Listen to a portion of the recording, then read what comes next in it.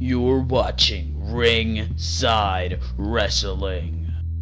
Hello, ladies and gentlemen of the world. Joel Perez of Ringside Wrestling Entertainment here. And plain and simple, tonight's Smackdown wasn't a bad show, but it wasn't a good show either. If I had to pick out a word in the dictionary to describe this Smackdown Live, I would choose the word uneventful, because that's what it was. Nothing on this show happened that you're gonna be going back and saying you need to go watch the Smackdown Live. It was really an easy miss, if you ask me. If you missed the Smackdown, I can guarantee you didn't miss much, because storylines were continued. AJ Styles versus Dean Ambrose for the WWE Championship, that was continued. We saw The Miz and Dolph Ziggler probably going into Backlash for the for the Intercontinental Championship, We saw the women's six-pack challenge storyline continued. We saw Randy Orton versus Bray Wyatt get announced. So storylines were advanced. I'm not gonna say they weren't, and that's good that storylines were advanced, but it just didn't do anything too right, but at the same time it didn't do anything too horrible. So let's go over this uneventful show. Now, I really don't want to sit here and start bitching and moaning, oh this, oh that, but if it comes down to where I have to bitch and moan, I'm gonna fucking bitch and moan. And this is exactly the segment where I'm gonna fucking bitch and moan. Why wasn't Daniel Bryan a part of this segment? Why are we seeing Dolph Ziggler versus Miz in a new era for the Intercontinental Championship? Are you kidding me? So, this segment they fucked it up, if you ask me. I just really did not dig this whatsoever. They should have handled this in a completely different approach. The way that Daniel Bryan and The Miz on Talking Smack set the YWC/IWC on fire last week was fucking crazy. So I would expect them to come out of this and just fucking set the world on fire again. I would expect them to come out here, don't give The Miz a script, don't give Daniel a script, and they're just gonna have a fucking war of words. But no, that didn't happen. The Miz, while he was out there, I expected him to just go berserk, fucking crazy, and say whatever the fuck he wants. He should have dropped a pipe bomb. He should have done a work/shoot, go into that territory where we can't tell. But no, he just was bashing the crowd, doing his heel things, and then we saw Ziggler come out, which I completely don't fucking understand why we're seeing Ziggler versus Miz in a new era. How many times have we seen Ziggler versus The Miz in the past? I don't fucking know. I believe this has been on pay-per-view before. We've seen this plenty of times, so the fact that now we have to see it again at Backlash instead of a guy like Baron Corbin or Apollo Crews getting a shot at the Intercontinental Championship, that's absolutely fucking stupid. I just don't enjoy that. What the fuck? Are you kidding me?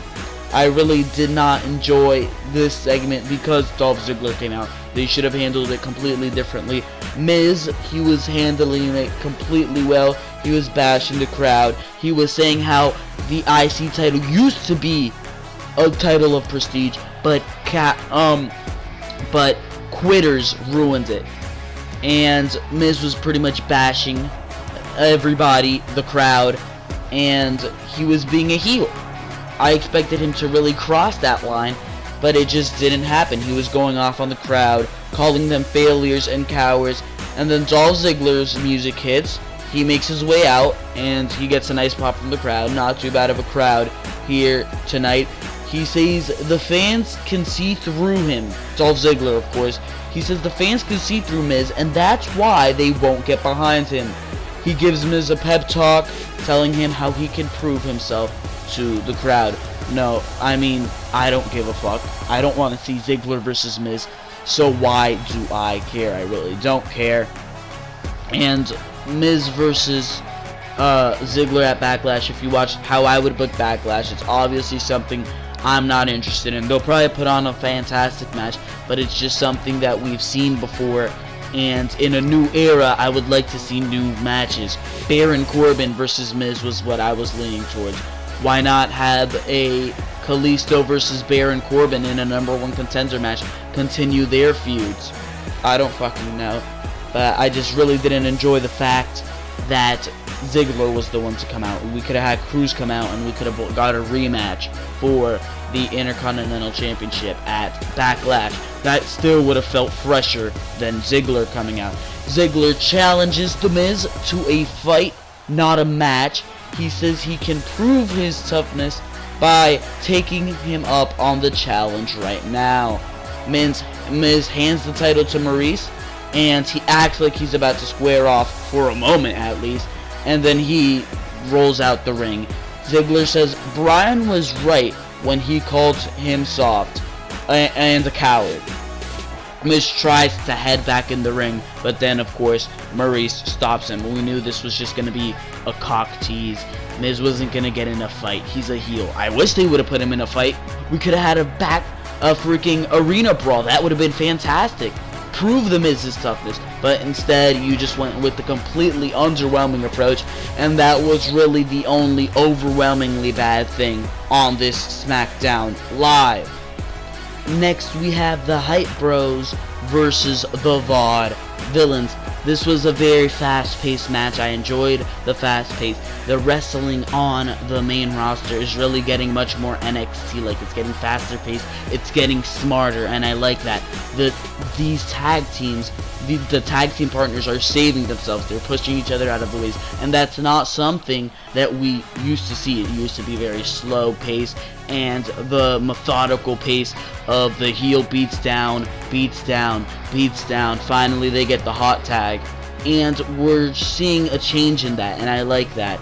In this tag team match, of course, Zack Ryder and Mojo Rawley of the Hype Bros won this match. Did you expect any different? The VOD Villains, I'm sorry, as much as I love them, are not gonna get over in the WWE or WWE Creative's eyes, at least. This was a short match. I would have loved to see it go longer.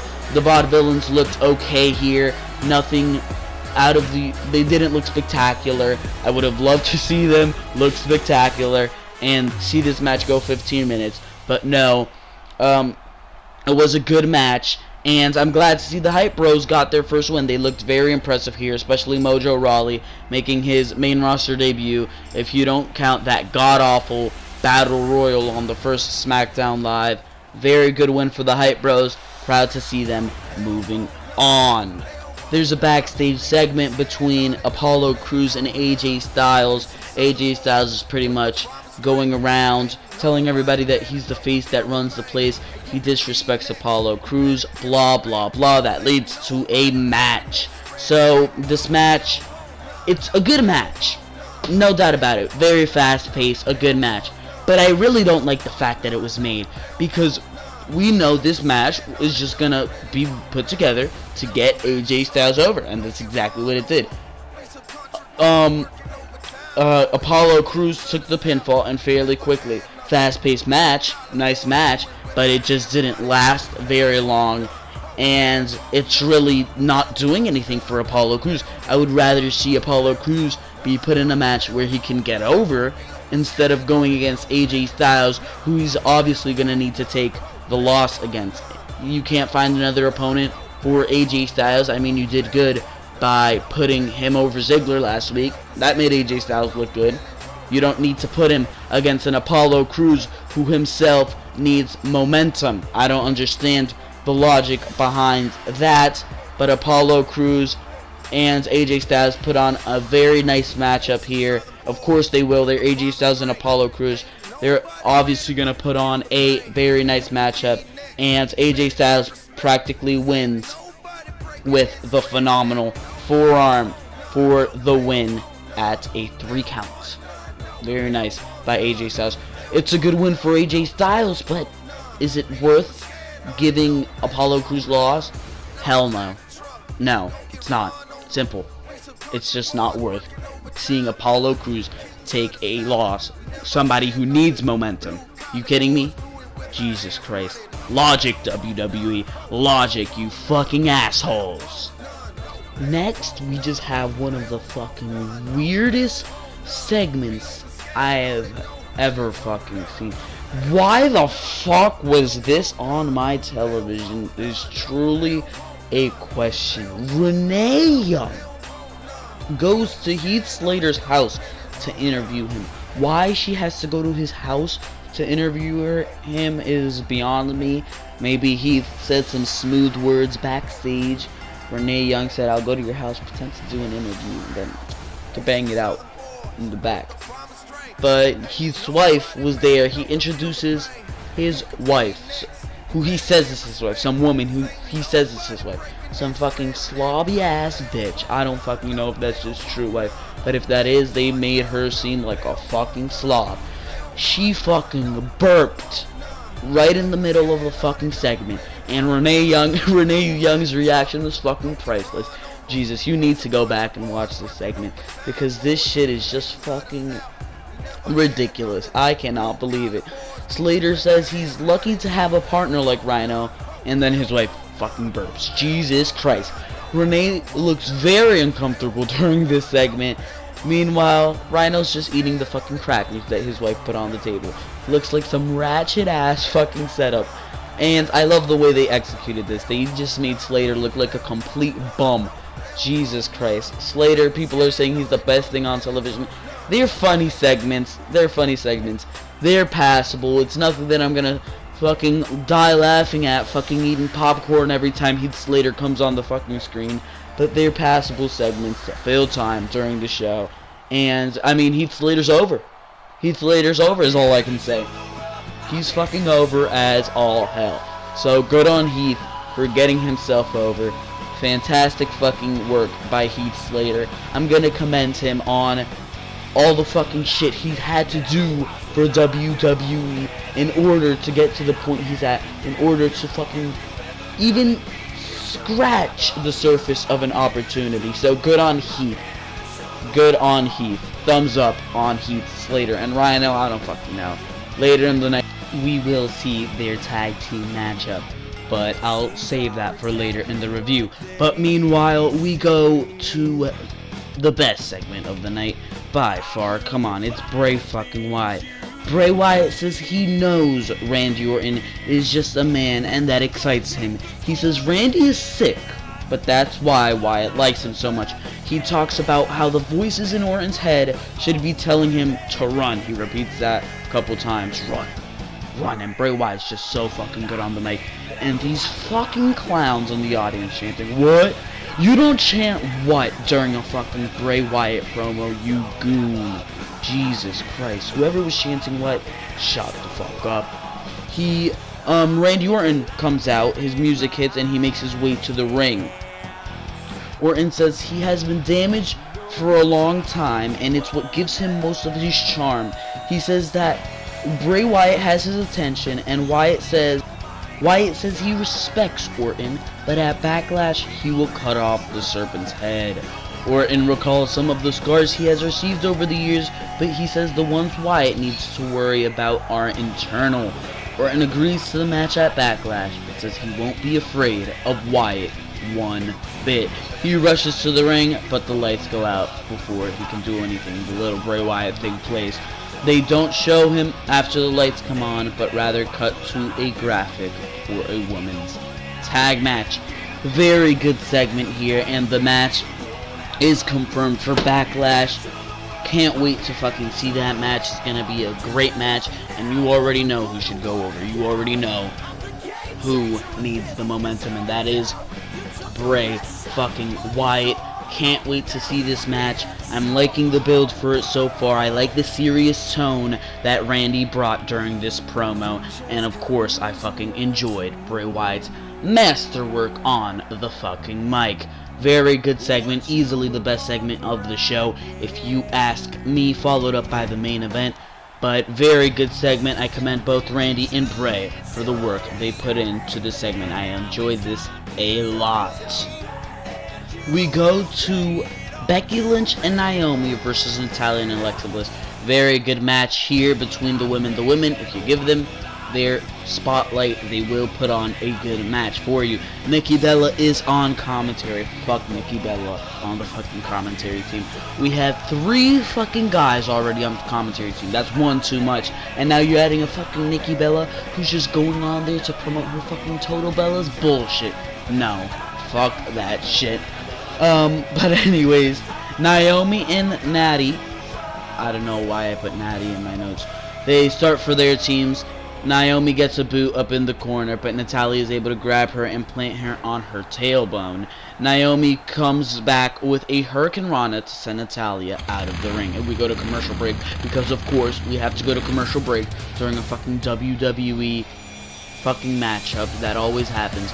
But, point and simple, Natalya and Alexa Bliss win the match after Bliss rolls up Becky Lynch during a distraction outside by Carmella as she is attacking Nikki outside the ring. That distracted Naomi, allows Natalya to get the beat down. Becky's trying to get out there, and Bliss rolls up Becky for the win. I'm glad Alexa Bliss and Natalya got the win here. The rightful winners here. Becky and Naomi really don't need the momentum here. I do think maybe Nikki Bella will be the one to go in and win the Women's Championship. But for right now, fucking Carmella looks amazing. I want to see her get on the fucking mic and say something, talk about her fucking heel turn. I just want Carmella to be a fucking nasty heel, and right now she looks like it. She was standing on the barricade fucking yelling who God knows what, just fucking sight to behold. Very nice. Carmella heel turn, exactly what she needed. I didn't realize it, but WWE did. Good call by WWE to turn Carmella heel. Nikki Bella she played a very face role on commentary, not heelish at all. So she is the face in this situation. I don't know, but I do think there are reports going out that Nikki Bella is the one to bring prestige to the title, so she will win it. And then later on, we'll see Becky Lynch chase, and Becky Lynch will get the title. But I don't know, if you're going to have Becky Lynch chase, wouldn't you want Nikki to be heel? She sounded very face here, so I don't know about that. I would have Becky Lynch win it right off the bat. It would give Becky Lynch that grasp of the women's title that she so desperately needs. You have Sasha Banks, Charlotte, and Bayley dominating everything on Raw. She got separated from her 4 horsewomen. Why don't you say, hey, bitches, you're tearing everything up on Raw, you're tearing the house down on Raw? Hey, I'm gonna do the same here on Smackdown by myself. I don't need your help to put on a good show. That's exactly, what Becky needs to do. The Headbangers versus Slater and Rhino. The Headbangers, I do not know. I'm gonna be completely honest with you. I do not know anything about the Headbangers. They don't sound like a famous, notable tag team from the Attitude Era. Were they from the Attitude Era? I don't even know. I didn't do any research. Sorry for that. But Slater and Rhino do advance here. It was a nice matchup. I'm not going to say anything about the matchup. Very nice matchup here from Slater, Rhino, and the Headbangers. Very nice matchup here. Rhino and Slater got the win. What did you expect? This is pretty much a one and done from the Headbangers. Nice to see these guys back. It's always nice to see an old team back. I haven't seen them in action before. Excuse me that I didn't do any research on them. But they're obviously not going to stay in the division. It'd be nice to see them back in the division, get to know them. But they're obviously not going to be back in the division. They lost in the tournament tonight. Rhino Gore to Mosh, I believe, in the ring. And he fucking wins the match. Fucking Rhino actually got busted open here. I think these fucking Headbangers are fucking hard hitting. That Rhino got fucking busted open in the middle of the fucking match. Jesus Christ, Rhino was fucking bleeding. It was a nice sight. Blood is always a fucking nice sight to make things look better in the fucking ring. Rhino, like a fucking beast, dragged Heath Slater to the fucking corner, tags him, and gets the gore on Mosh. We see AJ Styles on commentary, and then some fucking retard named Gary the Milkman. Are you fucking kidding me? Why was this segment needed? Easily the worst segment of the fucking show. Jesus Christ. Gary the Milkman in the ring with a mic and says he won't leave the ring until someone comes out to face him. And then the most bullshit person on the roster that you can find comes out. Fucking Kane. Why do you need fucking Kane out here? And this guy fucking Gary the Milkman stripped down to his fucking underwear. Jesus Christ. A fucking horrible sight to behold. Why was this segment needed? Kane comes out to the ring. You thought things got horrible with fucking Gary the Milkman stripping for the WWE artist. Fucking Kane has to come out. Fucking Jesus Christ. Kane, this fucking outdated piece of shit. And before Gary the Milkman could get his clothes back on to leave, Kane hits a fucking choke slam. Nobody cares, Jesus Christ. And what was that? To fill time? Why couldn't you give fucking Corbin and Dean Ambrose 2 more minutes? Jesus Christ. I don't care how fucking short the segment was. It was a waste of fucking time. As Kane makes his way back, Baron Corbin enters the ring, and we see Corbin and Kane look at each other for like half a second. Nobody cares. Okay, Corbin versus Dean Ambrose, something I actually care about. And I wasn't too happy about the fact that this match was made, because I'm like, fuck, Dean Ambrose is just gonna fucking dirty deeds Baron Corbin and get the win for the 1, 2, 3. But no, they actually protected the aura of Baron Corbin. I enjoyed that. Why couldn't they do that with Apollo Crews earlier in the night? Apollo Crews gets to take the win, gets to take a loss, but Baron Corbin fucking gets away with the disqualification victory? Are you kidding me? I see Baron Corbin and Apollo Crews in the same light because they debuted right next to each other. I would love to see Baron Corbin versus Apollo Crews now. Fucking Backlash. Book it, WWE. Fantastic match. Baron Corbin versus Apollo Crews. I'd love it. Why not? You got Dean Ambrose and AJ Styles. You have Ziggler and Miz, which I'm not too happy about, but whatever. And then you have Crews versus versus Corbin. That'd be perfect. But I don't fucking know. I just must be some fucking retard spitting ideas. I don't know. But anyways, Ambrose, Corbin, good match. It was a Corbin-paced match, but it picked up towards the end. And the match ends, it doesn't end in a no contest. It does end in a DQ after Styles accidentally hits Corbin with a kick. It's a weird segment where Corbin is fucking Dean Ambrose up on the outside. Then Styles is like, get on him. I don't know why Styles did that, just being a fucking heel. And then Corbin's like, nobody tells me what to do. Dean Ambrose takes advantage, gets a missile drop kick from the top rope. And we think Baron Corbin might get the win because Styles actually distracted Dean. But no, Corbin goes into the ropes with Dean. Styles trying to kick Dean, accidentally kicks Corbin, ending the match in a disqualification for Baron Corbin. Styles and Ambrose fight at ringside. Corbin joins in. Ambrose manages to hit him with the dirty deeds. Styles trips on the fucking... And this was a hilarious way to end Raw. It's not the way... Smackdown, excuse me.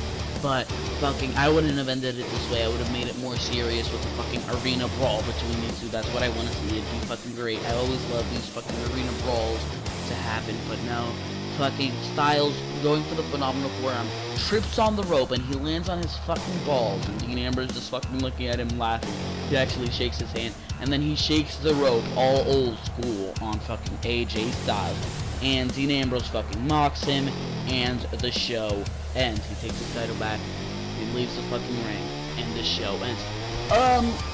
Mediocre edition of Smackdown, uneventful edition of Smackdown, if I had to pick a word for it. I mean, I wouldn't have ended the show the way it did. I would have had a fucking brawl all across the arena between Ambrose and fucking Styles.